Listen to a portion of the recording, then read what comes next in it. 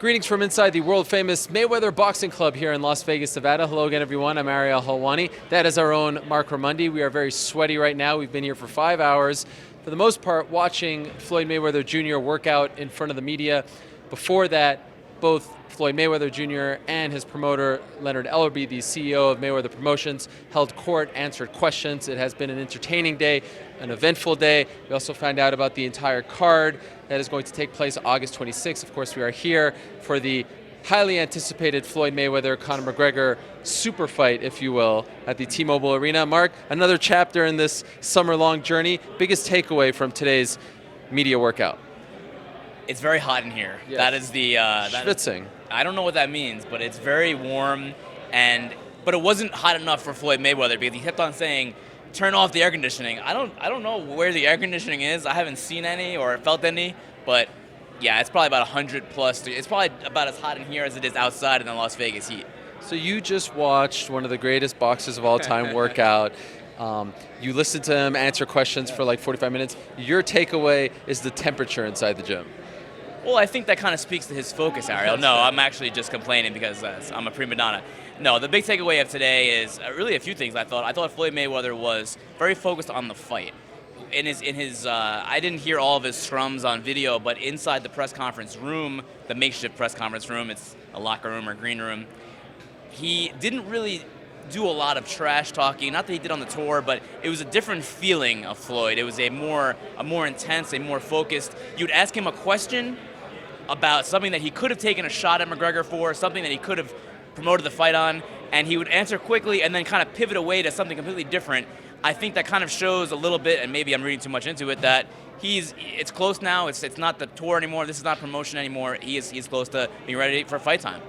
This was unlike a UFC media workout, right? It's a big show, of course. There are a ton more cameras. Even some celebrities were here. Gavin Maloof, the former owner of the Sacramento Kings, now part owner of the Vegas Golden Knights. DeMarcus Cousins of the New Orleans Pelicans of the NBA, who very rudely turned me down for an interview request. But a lot of people came out to watch Floyd, and it's amazing just kind of watching the people watch him. He goes out, does something, he moves this way, everyone follows him. Like he's literally in a fishbowl. And that's kind of different. We don't usually see that kind of. So to me, it was just sort of a treat to take this all in. Again, in a legendary gym. It's a very small gym, actually smaller than it looks on television. Just to observe the way they do it in boxing, to me, was probably most fascinating. 100%. It's around one fighter. It's not a UFC press conference where there are multiple fighters on the dais and they're having a conversation.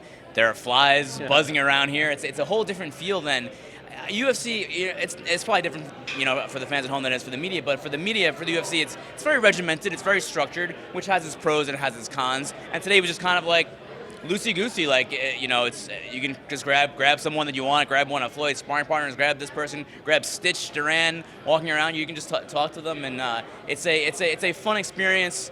Once in a while, I would say it's a cool experience to kind of come in and mingle. I think for media, it's a very fruitful experience. Now, I thought Floyd, if we want to characterize his demeanor, was very much like he's been throughout this entire training camp, if you will.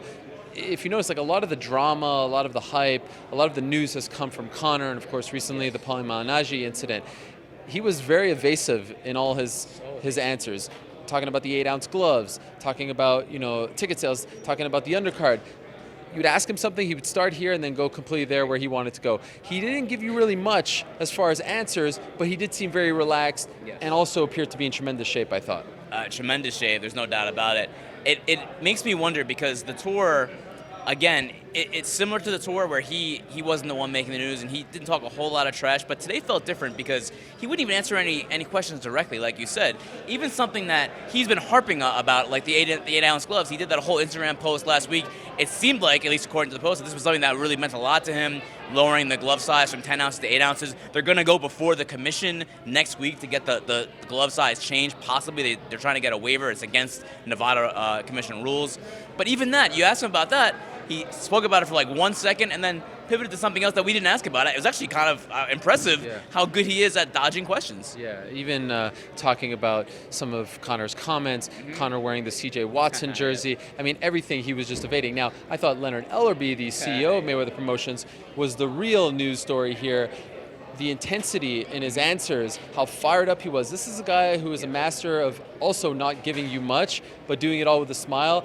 He took shots at Oscar De La Hoya. He took shots at the critics who said that, ticket sales were slow. He said, actually broke some news, said that the gate is currently at 60 million and they will surpass the $72 million record that Mayweather-Pacquiao had. They both said that they thought it will sell out in the end. They also said that they don't believe that Triple G Canelo is sold out, unlike what the promoters are saying. I thought Ellerby was the real star of the show here today. Yeah, there's no doubt about it. And part of me almost wonders if he and Floyd have this symbiotic relationship where Floyd's going to play it cool one day, and then Ellerby is going to explode and kind of make the news and create those headlines that Floyd is not going to.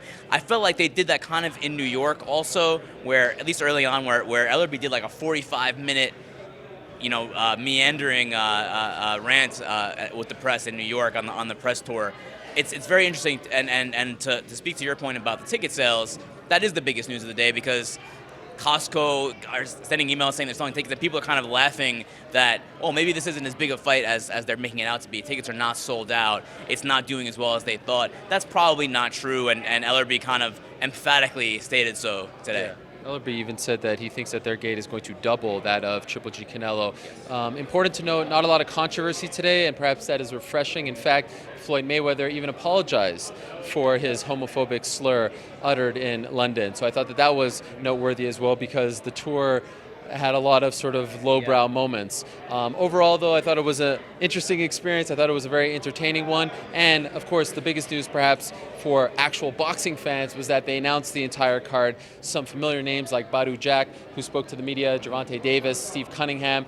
I think, Sean Porter, yes, who's fighting on the Fox portion of the card, the Big Fox, not FS1, Big Fox.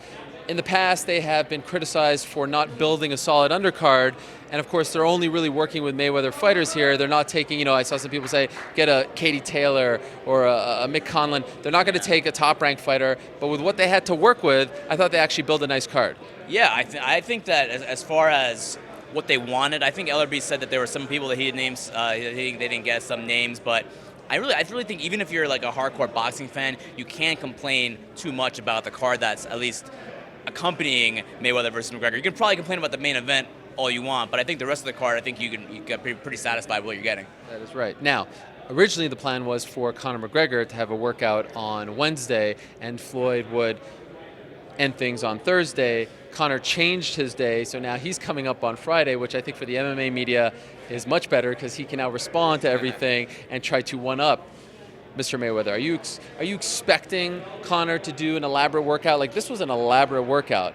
Are you expecting that sort of thing? We saw him do that prior to UFC 187, prior to his fight against, at the time it was Jose Aldo at 189. It ended up being Chad Mendes. He likes this sort of thing as well. It's going to be at the new UFC Performance Institute. Are you expecting Conor to pull out all the stops once again? The only thing that I expect with McGregor is not knowing what to expect. You just really don't know.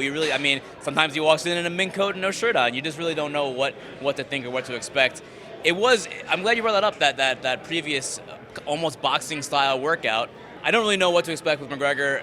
There isn't a whole lot to respond to today, but I'm sure that he'll do something to draw some headlines and promote the fight, no doubt. Yeah, looking forward to that. We will have coverage of that beginning tomorrow. Do not go anywhere. Thank you so much for watching our coverage today of Floyd Mayweather Jr.'s media workout. Tomorrow again, it's Conor McGregor's at the UFC Performance Institute. We will say goodbye for now from Las Vegas. For Marc, I'm Ariel. Thank you so much for watching. We'll see you on Friday afternoon.